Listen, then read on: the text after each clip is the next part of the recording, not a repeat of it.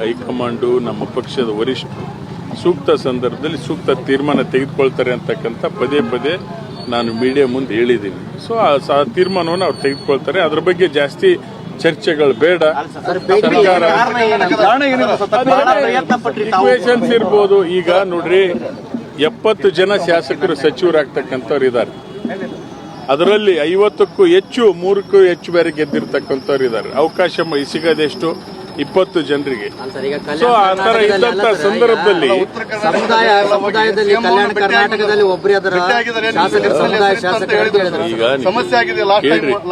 ಕೇಳ್ರಿ, ಈಗ 56ಕ್ಕೂ ಹೆಚ್ಚು ಜನ 3ಕ್ಕೂ ಹೆಚ್ಚು ಗೆದ್ದಿರ್ತಕ್ಕಂಥವ್ರು ಇದ್ದಾರೆ. 20 ಜನ ಮಾಡ್ಲಿಕ್ಕೆ ಅವಕಾಶ ಇದೆ.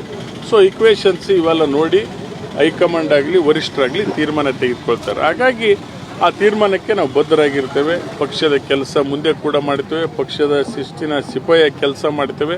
ಮುಂದೆ ಇನ್ನೂ ಚೆನ್ನಾಗಿ ನಮ್ಮ ಸರ್ಕಾರ ಆಡಳಿತ ಈ 18 ತಿಂಗಳಲ್ಲಿ ಕೊಡ್ತಾ ಇದೆ. ನೆಕ್ಸ್ಟ್ ಕೂಡ ನಿಮ್ಮೆಲ್ಲರ ಸಹಕಾರದಿಂದ ಮತ್ತೆ ರಾಜ್ಯದಲ್ಲಿ ಮೆಜಾರಿಟಿ ಬರ್ತೇವೆ.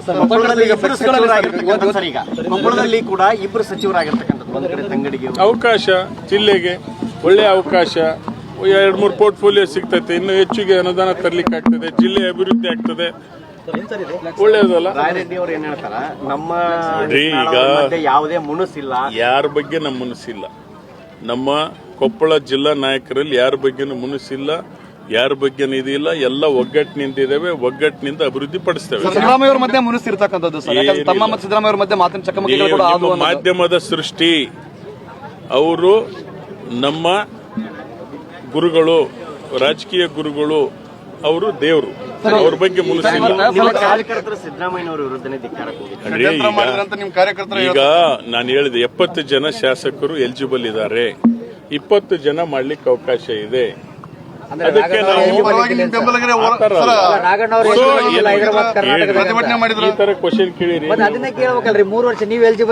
ನಾನು ಹೇಳ್ತಾ ಇದ್ದೀನಿ 50ಕ್ಕೂ ಹೆಚ್ಚು ಜನ ಶಾಸಕರು ಎಲಿಜಿಬಲ್ ಇದ್ದಾರೆ.